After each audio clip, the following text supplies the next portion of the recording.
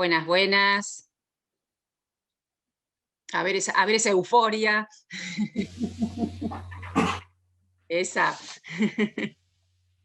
Hay que tirar libros así.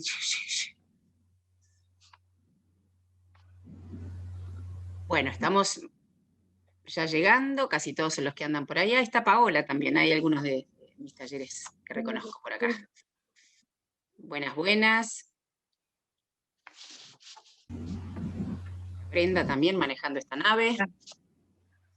Bueno, supongo que habrán recibido y quizás leído también, porque no a esta altura del mes podría ser, aunque uno a veces recibe un libro justamente para postergar la lectura, sabiendo que está y que en algún momento nos va a recibir. Por eso compramos libros sin leerlos inmediatamente, sino que son como amigos que nos esperan, ¿no? Que por suerte algunos lo hacen. Pero en este caso tenemos el beneficio de la brevedad, ¿no? Porque es un libro breve, que tiene además esa especificidad del género, de lo que podríamos llamar casi microrrelato. Pero esperen que voy a habilitar dos cosas. Primero, el chat, para que yo pueda ver si me van diciendo algunos subrayados o comentarios acerca de lo leído. También si creo que podemos en esta plataforma abrir y cerrar, en el caso de ustedes, si tienen ganas de vocalizar una idea, pueden abrir y cerrar. Mónica, mirá, qué bueno, tanto tiempo, buenísimo. Bueno, uno se va encontrando en estas ventanitas que por lo menos nos dejan ver alguna luz. Si yo voy al principio, si me permite también, voy a mutear a todos. No, no me permite mutear a todos. Bueno, no importa. Les pido si se pueden mantener muteados, por ejemplo, Mónica, para que no produzca el chasquido o cierto ruido de ambiente. Si quieren decir algo, abren, bienvenida la voz y cerramos de nuevo.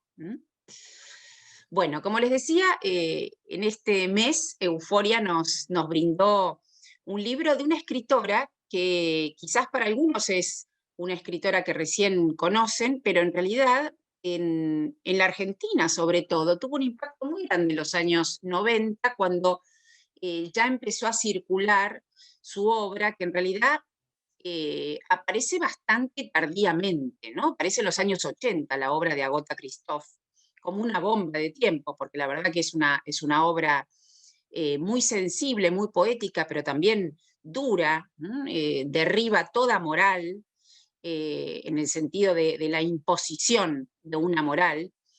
Es de esas escritoras que vienen a contar el horror, pero el horror no solo de la historia con mayúscula, sino de la historia con minúscula, que en general no es una fácil narración, la de combinar la historia con mayúscula, los horrores de la historia y los pequeños horrores de cada uno viviendo en esos grandes horrores, ¿no? Es como una especie de teoría de los conjuntos, pero que requiere, pareciese que requiere, no sé si estoy segura de lo que voy a decir, pero la literatura demuestra en cierto sentido que algunos horrores parece que fuese necesario vivirlos para contarlos.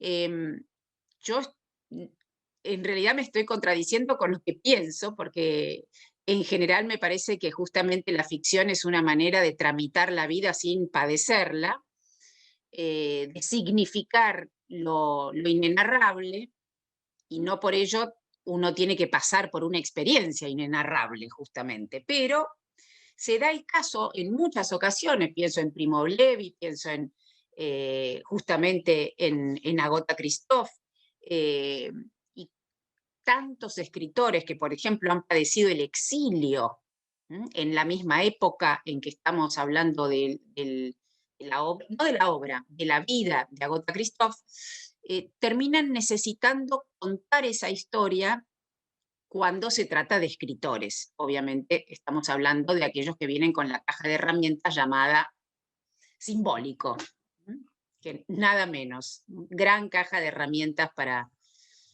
para sobrevivir, el plano simbólico. Pienso, la literatura húngara, aunque en realidad habría que pensar si la consideramos una escritora húngara, porque finalmente terminó exiliada en el francés, en un francés particular, que yo particularmente además me siento bastante identificada, por si no lo sabían, eh, pasé gran parte de toda mi adolescencia en Suiza, y entonces esa mudanza a otra lengua de manera prácticamente obligada, como tuvo que hacerlo Agota Christoph, como tuvieron que hacerlo tantos escritores, ¿no? El propio Conrad, y escritores, Nabokov, que extrañaba tanto el ruso, a pesar de que hoy en día se lo considera un autor norteamericano. Y en Rusia mucho no les gusta poner a Lolita en las vidrieras de las librerías. Yo cuando fui a San Petersburgo busqué, bueno, obviamente fui a la casa de Nabokov, pero lo que más me costó fue encontrar a Lolita en las librerías, en Rusia. Y en el caso de Agota Christoph, ya que hablamos de Rusia, tiene que ver con ello también, porque piensen que la historia de Hungría es una historia de convulsiones importantes, de una lengua bellísima, que ella añora también, eh, obligada al alemán en un momento dado, pero piensen que ella era muy niña. Ella nació, si no me equivoco, en 1935 o por allí. Es decir, que con la Segunda Guerra Mundial ella la vive en infancia. 5 años cuando empieza, 10 años cuando termina. Que es un tiempo de la infancia donde se incrusta la historia de una manera muy difícil de sacársela de encima, sino a través de palabras. Porque justamente es la infancia donde todavía no se elabora, como en la adolescencia, un padecimiento, sino que más bien es una recepción física casi del entorno, que es la que ella misma soportó, en cierto sentido, siendo muy niña. Ahora, ese primer impacto lo recibe en el cuerpo, pero después, con decisión propia, ya a los 21 años, me parece, es cuando ocurre otro acontecimiento importante, porque piensen que Hungría viene del Imperio Austrohúngaro, luego todo lo que tiene que ver con el comunismo y cómo de algún modo es un riñón de la URSS, y cuando el estalinismo justamente se fortalece en el peor sentido de la palabra y empiezan los excesos estalinianos, o estalinistas, perdón, justamente en Hungría va a haber una gran revolución, una revolución muy importante, no muy prolongada, dura meses, por supuesto enseguida sofocada, reprimida, eh, que es, creo que algo así como, sí, es el 23 de octubre de 1956, o por ahí. Me acuerdo que es el 23 de octubre porque después se convirtió en fecha patria, por supuesto no en su momento, ¿no? Fue sobre todo una rebelión, miren qué llamativo, antes que la del 68 en Francia, por motivos además muy diferentes, ya que tiene que ver con un movimiento revolucionario en contra de Stalin, donde en Budapest muchos estudiantes, obreros también, pero sobre todo movimiento estudiantil, van a rebelarse, y dentro de ese grupo de estudiantes, a los 21 años, estaba Agota Christoph. Esa revolución sofocada implicó miles de muertos y más de 200.000 exiliados. Dentro de esos exiliados, o refugiados, como quieran llamarlo, muchas veces necesitan ser refugiados, no todos pueden irse con facilidad, Agota Christoph se va a ir a Neuchâtel. Neuchâtel es una ciudad dentro de lo que es la Suiza francesa. Recuerden que Suiza está dividida en 4 idiomas, en realidad 3 principalmente, pero hay una provincia con un idioma muy antiguo, siendo tan chiquitita Suiza, ¿no? Dividida en 4 es como absurdo, parece un queso gruyère. Y entonces allí ella va a llegar muy precariamente, no es que elige ir, sino que es a donde consigue llegar, y va a ir junto con un marido y un bebito, si no me equivoco, pero un marido del que se va a separar muy pronto, y de algún modo esa separación va a marcar eh, la, la elección de la escritura. Va a estar trabajando en una fábrica, pero junto con el trabajo en la fábrica empieza a aprender lenguas, el francés, a garabatear poemas, a plantear obritas de teatro, y termina siendo más reconocida hoy en día, aunque las obras de teatro también son importantes de Agatha Christoph, sobre todo uno que se llama Le Rat qui passe, hay un ratón que pasa, que es una obra bastante conocida de ella, en Francia, en Suiza, porque en Suiza se la reconoce mucho, ha tenido puestas, pero ahí empieza entonces su trabajo como escritora, que hoy en día la conocemos sobre todo por su gran narración de Klaus y Lucas. Y es aquí en la Argentina se fue muy festejado Klaus y Lucas cuando aparece digamos, es una trilogía, cuando aparece el Gran Cuaderno, en los años 80, despierta, digamos, esa voz de una narradora que, como dice Zizek, que Zizek es un muy buen lector en general y un muy buen lector de Agatha Christoph en particular, habla de la fría y cruel pasión de Christoph. De la fría y cruel pasión de Christoph, sobre todo en la trilogía que abarca el Gran Cuaderno,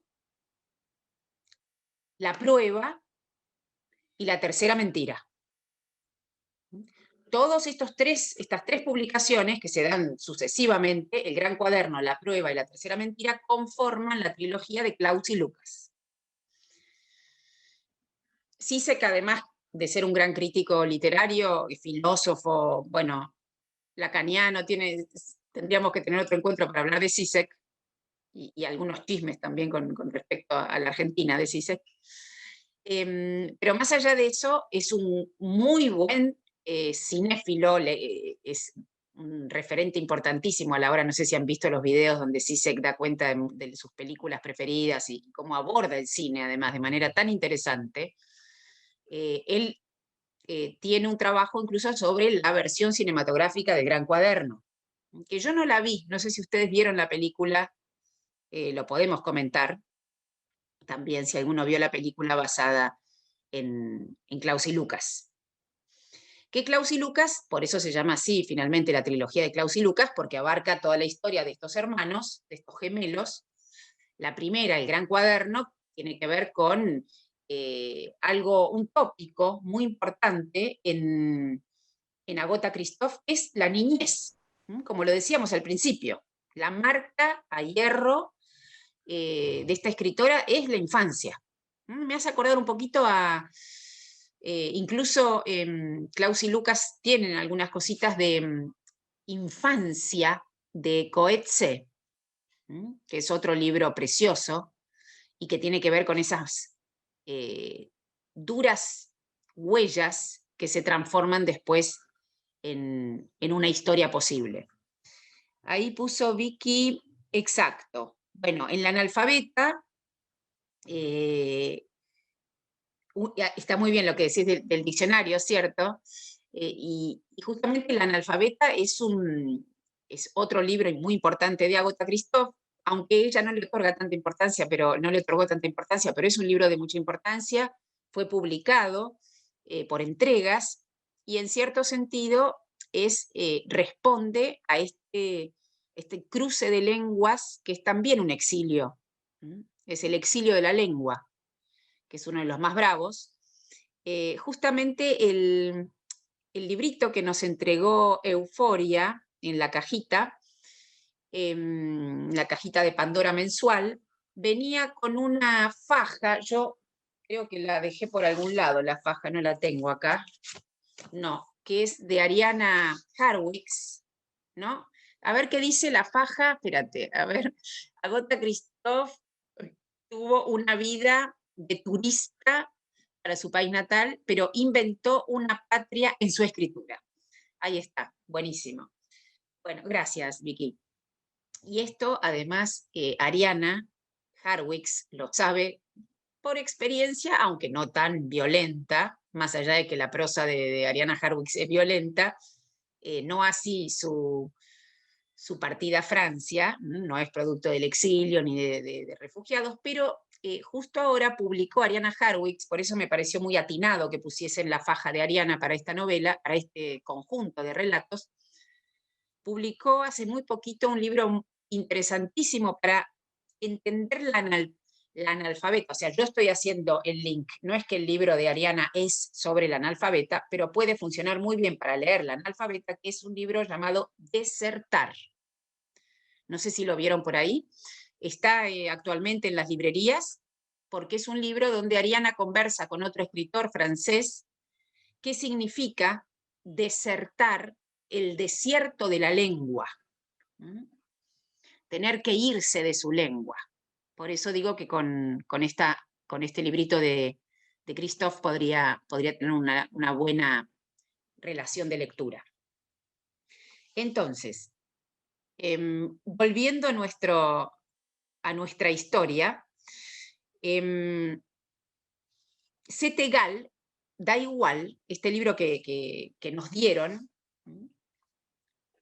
es como si fuese un muestrario de los temas de Agota Christoph, y al mismo tiempo, siendo un libro tardío, piensen que es un libro, ella ya es una mujer grande escribiendo estos cuentos muy breves, de algún modo recoge todo lo elaborado a lo largo de su vida y tiene justamente a muchos niños, pero sobre todo algo que es muy interesante el modo en que lo trabaja, siendo, como dije al principio, casi microficciones. Algunas podrían considerárselas como tal. La microficción tiene reglas movedizas, microficción, microrelato, como lo quieran llamar. Casi que estos 25 cuentos despiadados, la mayoría tienen una página, con lo cual estarían dentro del género de microrelato.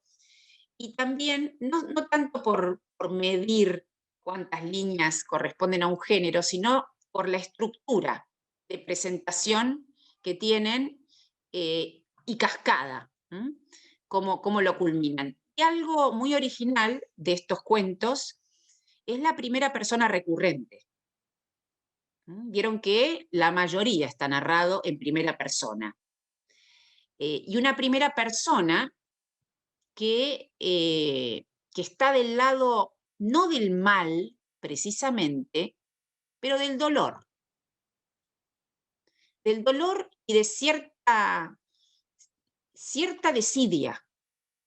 Es una primera persona que justamente refleja muy bien el espacio que inventó Christoph a través de la ficción, que es un espacio de dolor, pero donde justamente no hay moral, sino que hay reto. Todo el tiempo está la figura del reto, no de retar a un niño, sino del desafío. Pero del desafío del padeciente, que no es el desafío ni del antihéroe ni del héroe, sino del padeciente. Le debe bastante, en el buen sentido, a Kafka. Es una escritora muy lectora de Kafka. Por ejemplo, hay el último relato que es conmovedor, que justamente se titula, lo asocié con Kafka inmediatamente porque se titula Mi padre. por suerte, en un libro de cuentos, aunque podríamos pensar que hay cierto orden, en un libro de cuentos uno puede saltear y no está contando el final. Sin embargo, este es un libro que podemos encontrarle cierta curva dramática al collar de cuentos. No es un rejunte azaroso de lo que escribió por ahí. Hay una empatía, hay un clima en todo el libro, que resulta muy atractivo cuando uno se está frente a un libro de cuentos, que esos cuentos de algún modo nos mantengan en una misma atmósfera, ¿no? Y Kafka también anda, por ejemplo, en un cuento que se llama El Producto, donde de algún modo juega con la metamorfosis y con el proceso. No solo porque hay un señor B, como el señor K, sino que también esta idea de lo peor, del destino para lo peor, que es cada vez le va peor. La vida es una especie de experiencia de lo peor, que produce algo, y en uno de los cuentos está, que produce algo muy importante, que es el conocimiento.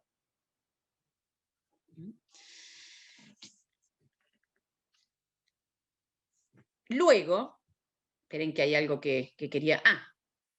otros temas que vamos a encontrar en Christoph, bueno, en la trilogía de Klaus y Lucas, ya en el Gran Cuaderno, que aparece esa abuela bruja terrible, que es una especie de forma de dar cuenta del horror familiar en medio de la guerra, porque finalmente Agatha Christoph es uno de los referentes cuando se trata de contar las problemáticas que tienen que ver con la infancia en la guerra.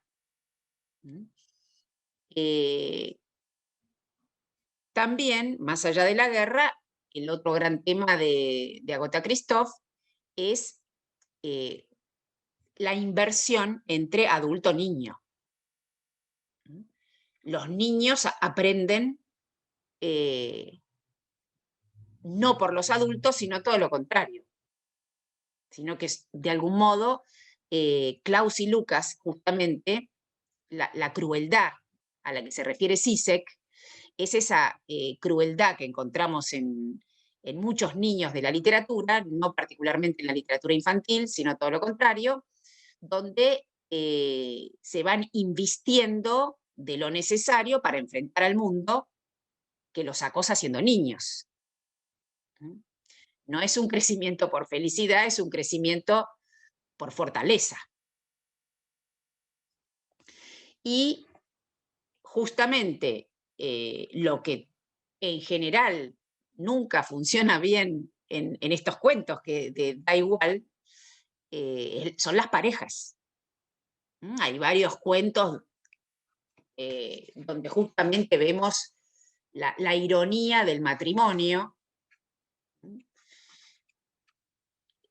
Siempre a mí me produce un efecto de nostalgia en relación a cuentos que revelan el patriarcado de la manera en que la revelan aquí, por ejemplo. Me da ganas de que estas mujeres hubiesen llegado a estos tiempos un poquito más auspiciosos y que quizás hasta permiten narrar de otra manera, ¿no? Con otros referentes. Pero el matrimonio que aquí se postula como el matrimonio de ficción es terrible en qué lugar siempre terminan estando las mujeres. Después hay un cuento precioso que se llama La Gran Rueda. No sé si lo detuvieron por allí, pero tiene que ver con esto que les decía de la vida, del conocimiento de la vida. ¿Qué significa la vida para Agatha Christoph?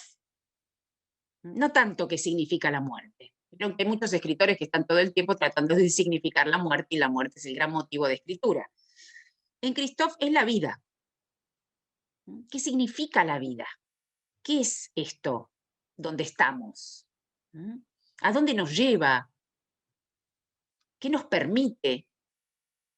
¿Qué nos hace? Y la gran rueda, de algún modo, refleja todo esto. Les leo rapidito, porque alguno no la tiene presente. Hay alguien a quien todavía no he tenido ganas de matar nunca. Eres tú. Vean ya qué interesante esta primera persona. ¿Quién es? ¿Mm? Hay alguien a quien todavía no he tenido ganas de matar nunca. Eres tú. Porque es una primera persona, además está dirigiéndose. ¿Mm? Es que hace una primera que se monta hacia la segunda. Tú puedes andar por las calles, puedes beber y caminar por las calles. No te mataré. No tengas miedo. No hay peligro en este pueblo. El único peligro de este pueblo soy yo. Yo camino por las calles y mato. Pero tú no tienes nada que temer.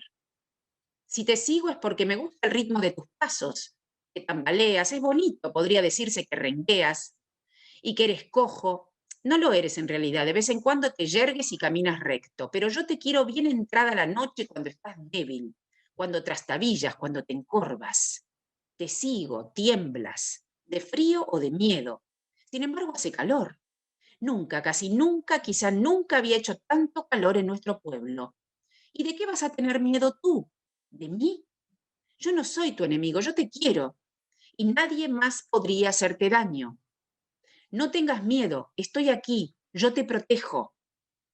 Vean qué interesante una frasecita que se desliza por aquí, que es, y nadie más podría hacerte daño.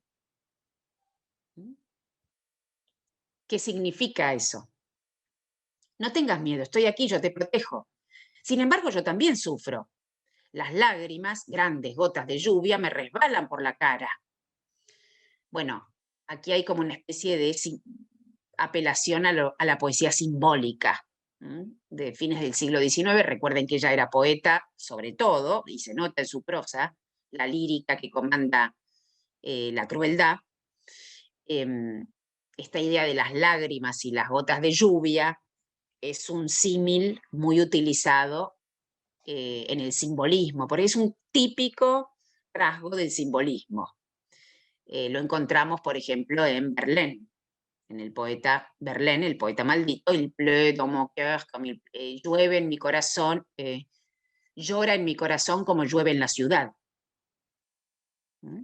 Entonces, no sabemos quién es esta entidad que habla en primera persona, pero dice, las lágrimas, grandes gotas de lluvia me resbalan por la cara, la noche me vela, la luna me ilumina, las nubes me esconden, el viento me desgarra, siento una especie de ternura hacia ti. A veces me pasa, muy raras veces, porque tú no tengo idea. Quiero seguirte hasta muy lejos por todas partes mucho tiempo. Quiero verte sufrir todavía más. Quiero que estés harto de todo lo demás. Quiero que vengas a suplicarme que te lleve. Quiero que me desees, que me necesites, que me ames, que me llames. Entonces te cogeré entre mis brazos, te apretaré contra mi corazón. Serás mi niñito, mi amante, mi amor. Te llevaré conmigo. Tenías miedo de nacer y ahora tienes miedo de morir. Tienes miedo de todo. No hay que tener miedo, simplemente hay una gran rueda que gira. Se llama eternidad. Soy yo quien hace girar la gran rueda. No debes tener miedo de mí ni a la gran rueda. La única cosa que puede darte miedo, que puede hacerte daño, es la vida, y ya la conoces. Por eso, ahí hay un gran concentrado de Christophe, y en cierto sentido, bueno, la muerte viene a saldar el dolor de la vida.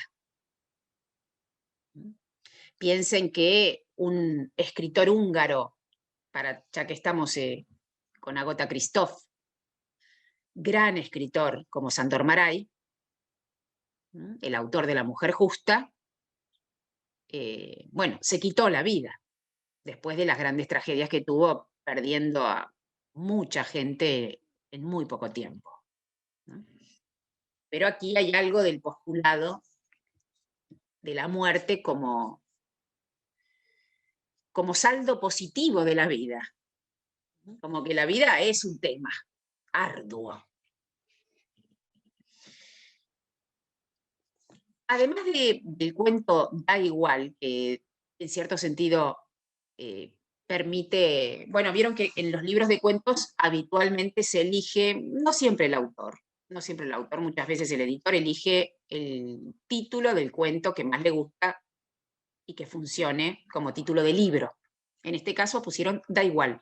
Pero lo interesante de la elección de este título, no sé si lo pesquisaron por ahí, es que más allá del cuento llamado Da igual, en muchas ocasiones aparece la palabra, la frase, el fraseo, da igual, en otros cuentos. Como si diese igual. En el sentido de haga uno esto o haga uno lo otro, da igual.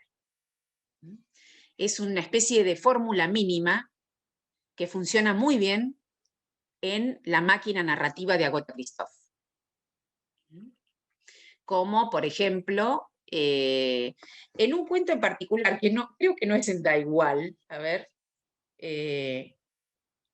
no es en Da igual donde yo lo ubiqué como relación, a ver si lo escribí, y entonces lo tengo más preciso, lo puedo precisar mejor. Si lo anoté en algún lado. No, que me remite a otra fórmula mínima, da igual, es la fórmula mínima de un gran relato. Supongo que si ya me conocen de algún otro lugar, me han escuchado nombrarlo, que es Bartleby. Bartleby de Melville. Se los escribo para que lo tengan y que no solo lo tengan acá en el chat, sino lo busquen por ahí, si pueden la traducción de Borges, mejor. Bartleby, el escribiente, Melville, traducción de Borges, o creo que hay una traducción hasta de César Aira con dibujos de Scafati, si no me equivoco. Bueno, hay muchas traducciones. La de Aira, no la leí, esa traducción de Aira, pero Bartleby tiene su fórmula mínima, que es bastante parecido a Da igual. La fórmula mínima de Bartleby es: preferiría no hacerlo. Y con el preferiría no hacerlo, va dejando de hacer porque da igual. ¿Pero qué es ese da igual? ¿Es una indiferencia o es, como decía Deleuze de Bartleby? Deleuze de Bartleby decía algo interesantísimo. Decía esta cuestión de preferiría no hacerlo, o dejar de hacer, que en estos 25 cuentos hay unos cuantos que se quieren retirar de la escena, ¿no? Dejar vacía la escena de sí. Deleuze decía algo muy interesante en relación a Bartleby, pero que lo podemos tomar para aquí. Decía que no se trata de nada de voluntad. No es que deja de hacer o le da igual porque no tiene voluntad, por nada de voluntad, sino todo lo contrario. Deleuze dice, no es nada de voluntad, sino voluntad de nada. Es otra posición ante el mundo. El cuento El niño, aquí, ¿no? Que termina diciendo, cuando sea mayor, os mataré.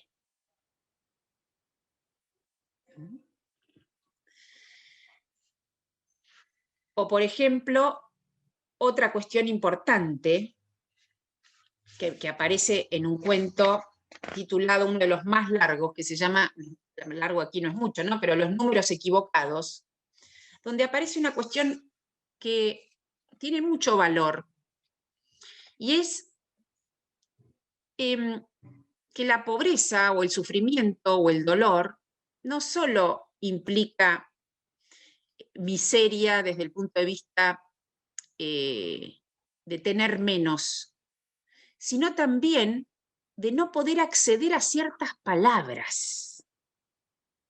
Y esto lo marca muy bien Christoph. Cuando, por ejemplo, escucha a alguien que dice la palabra apasionante y sigue, hay gente que dice palabras como esa con toda la facilidad del mundo. Yo no podría, hay un montón de palabras que soy incapaz de decir. Por ejemplo, apasionante, excitante, poético. ¿Qué significa que uno pueda o no pueda decir una palabra? ¿Significaría de algún modo que uno puede o no puede transitar por una experiencia? Recuerdo, con un grupo estamos leyendo ahora esta preciosa novela de Camus, de Albert Camus, que es El primer hombre, que también, en cierto sentido, es un relato de una niñez terrible. Va más con la analfabeta que con estos cuentos, pero es una novela que podría ir con la analfabeta, porque es la niñez de Camus. También, pero en vez de la Segunda Guerra Mundial, como fue la de Agatha Christophe, la de Camus fue en la Primera Guerra Mundial.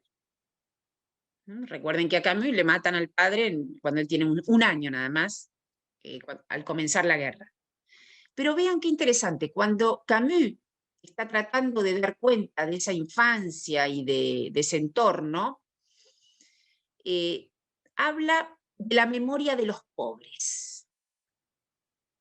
Esta idea, en relación a las palabras que dice Agatha Christophe, aquellos que no pueden acceder a ciertas palabras, ni hablar la palabra felicidad, ¿no? Yo creo que no la puso porque sería ya casi kitsch. Pero la memoria de los pobres, dice Camus,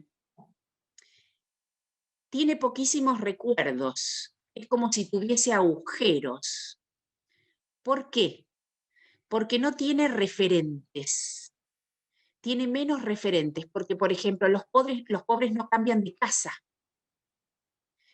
Y las mudanzas, los cambios, también hacen al asiento de la memoria. Que me pareció muy, muy original, pensar qué es una memoria pobre, ¿no? Y qué sería entonces no poder acceder a ciertas palabras, como lo señala acá Agatha Christophe. Bueno, la muerte de un obrero también es impresionante. ¿Cómo empieza el cuento La muerte de un obrero? Fíjense que esto es pincelada narrativa. Inacabada quedó la sílaba, sin significado, colgada entre la ventana y el jarrón.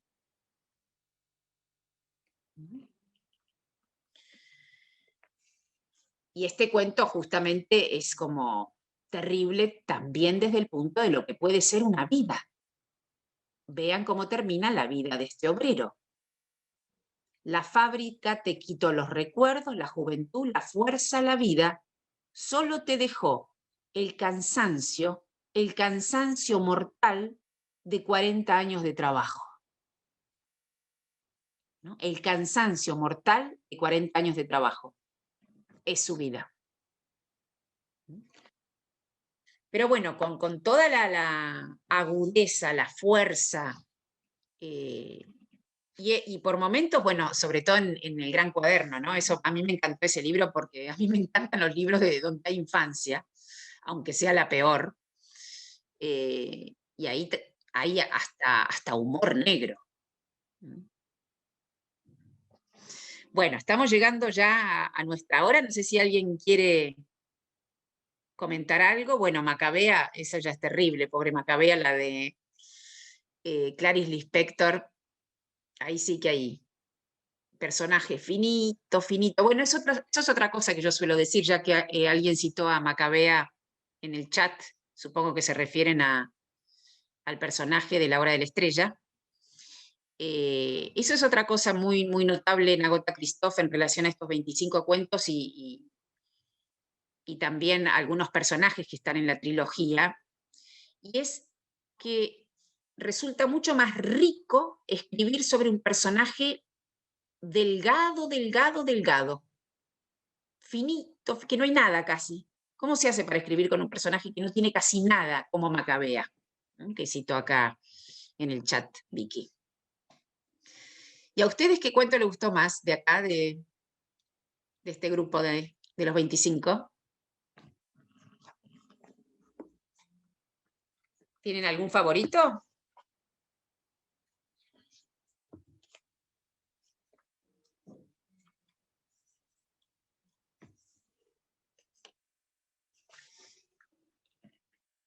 Pueden poner micrófono si quieren. Ah, mira, ¿te gustó los números equivocados? Sí. Ah, el hacha es buenísima, sí, a mí también me gustó el hacha. Sí, sí. Bueno, ahí juega, ¿no? Con el humor negro también. ¿Mm? Los profesores fue el que más me gustó hasta ahora. Ah, sí, qué Sí, bueno. me faltan unos pocos, pero a veces me pareció increíble. Ese está bueno también, en realidad. Y el profesor de literatura, pobre, sí. Sí. Como en tan poquito, ¿no? Hace un látigo de representación. Sí, Margarita. El producto también me pareció muy interesante y estaba como muy vinculado también al del obrero, Sí, cómo la vida se nos puede pasar así, volando y sin ninguna reflexión, y cuando te querés acordar, has perdido muchas cosas por no vivir la vida. Es como que están muy relacionados y después vuelve a esa reflexión que usted mencionó recién. ujú, ¿Qué hacemos con esa oportunidad de la vida? sí, exacto. Como decía, ya que alguien citó a Clarice Lispector en una de sus novelas termina diciendo, vivir es un lujo.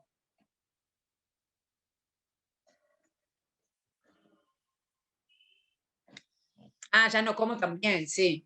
Ujú. Sí, eso es una especie de... Es precioso este librito, es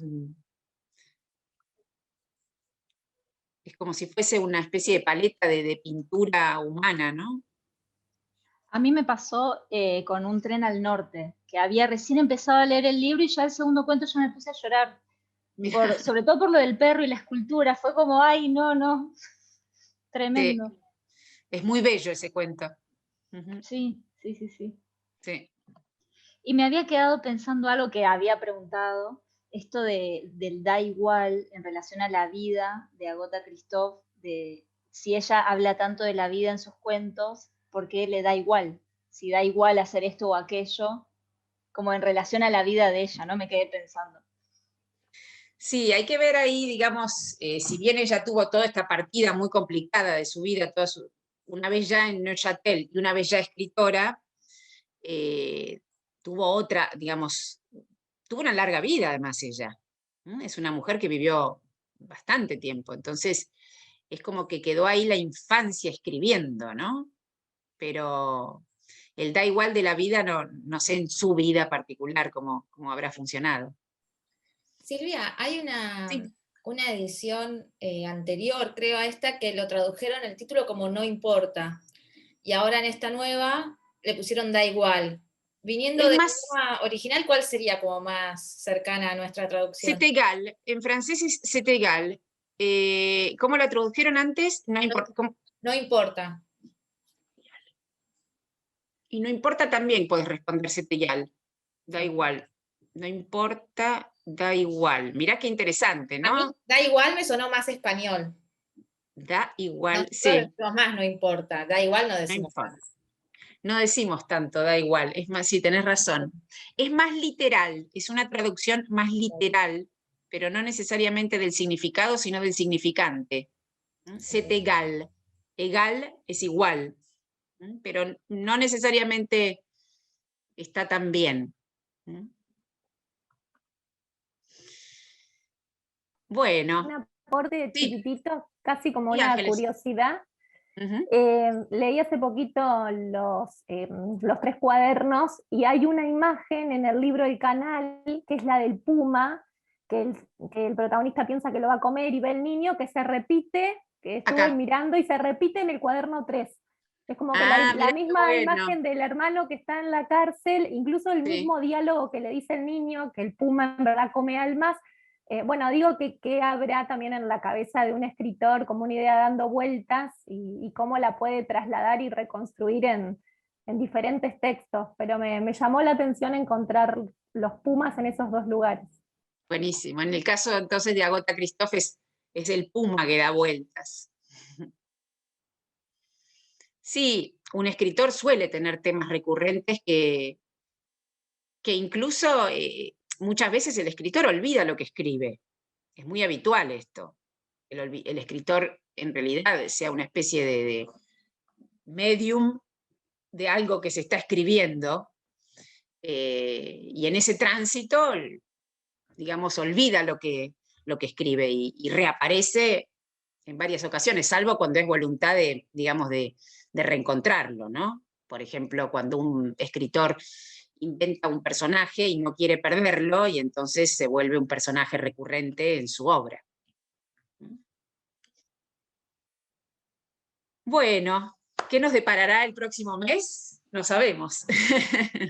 Sorpresa. Da igual, total, va a ser bueno.